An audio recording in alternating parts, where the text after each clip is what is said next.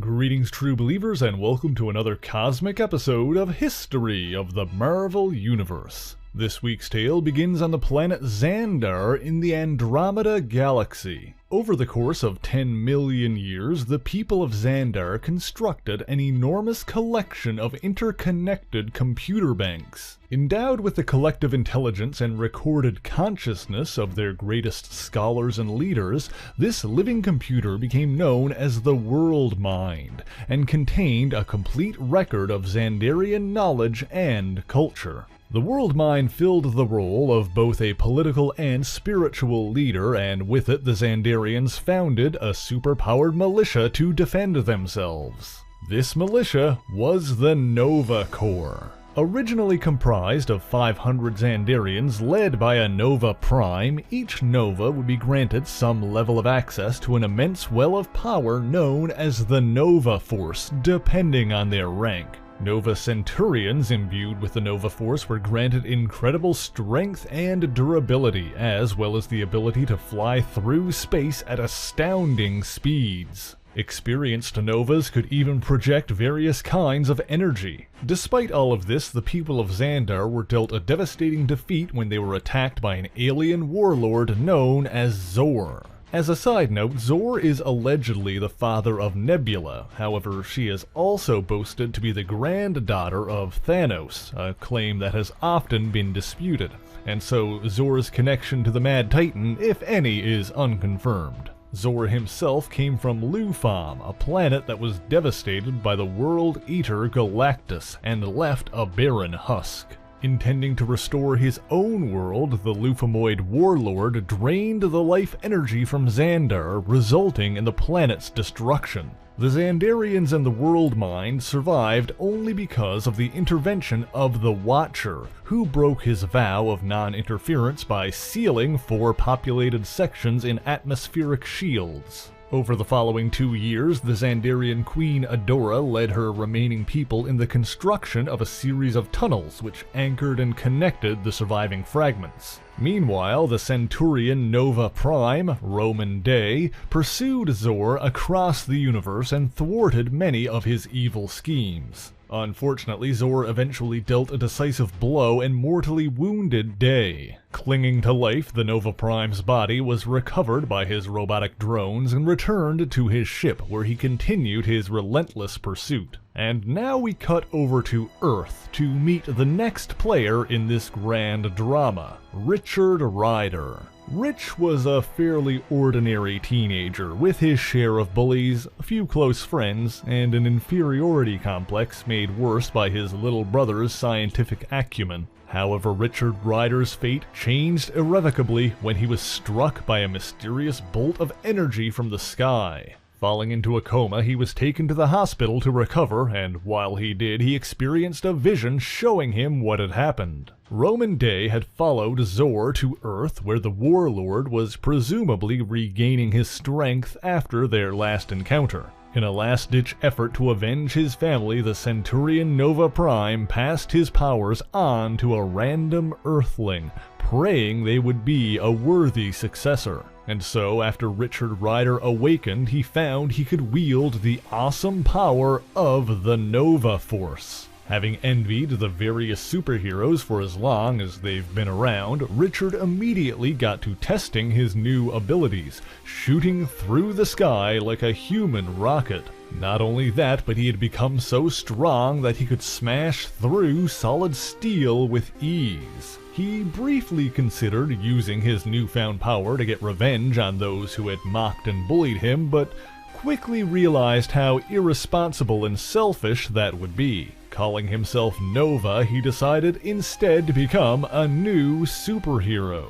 And the first villain he encountered was none other than Zor himself. Of course, a monster with the power to defeat a Nova Prime proved too much for the rookie hero to handle. However, the new Nova showed his heroism by focusing on protecting civilians caught in the rampage. He continued to hold off Zor for as long as he could, but before their battle could escalate further, the alien disappeared in a blinding flash of light. Richard didn't learn this until later, but Roman Day had teleported the distracted Zor onto his own ship. Then, with his final breath, Day channeled the energy of his ship's power core into one final attack, annihilating Zor once and for all. And so, having observed the battle below, Nova Centurion Prime Roman Day passed away knowing that the legacy of the Nova Corps was in good hands. Going on to establish his career in superheroics, Nova became friends and allies with several other heroes, including Spider-Man, Daredevil, and Thor. And unlike some other heroes, Richard Rider eventually revealed his dual identity to his family. Meanwhile, out in space, Xandar became embroiled in a bloody conflict with the shape-shifting aliens known as the Skrulls. Fortunately, Queen Adora was able to recruit the Fantastic Four into fighting alongside the Nova Corps. Richard Rider would also be drawn into this conflict when the villainous Sphinx manipulated him and several others into taking Roman Day's ship back to the remains of Xandar. To make a long story short, the Sphinx sought the power of the Zandarian Worldmind for his own nefarious purposes. He was opposed by Nova and the Fantastic Four, and while he succeeded in gaining the power he was after, the FF engineered a confrontation between the Sphinx and Galactus that the Sphinx could not win. Meanwhile, Richard joined up with the Nova Prime Tanakh Vault to form the Champions of Xandar. And the war between the Skrulls and the Xandarians eventually ended thanks to the help of Rom Space Knight.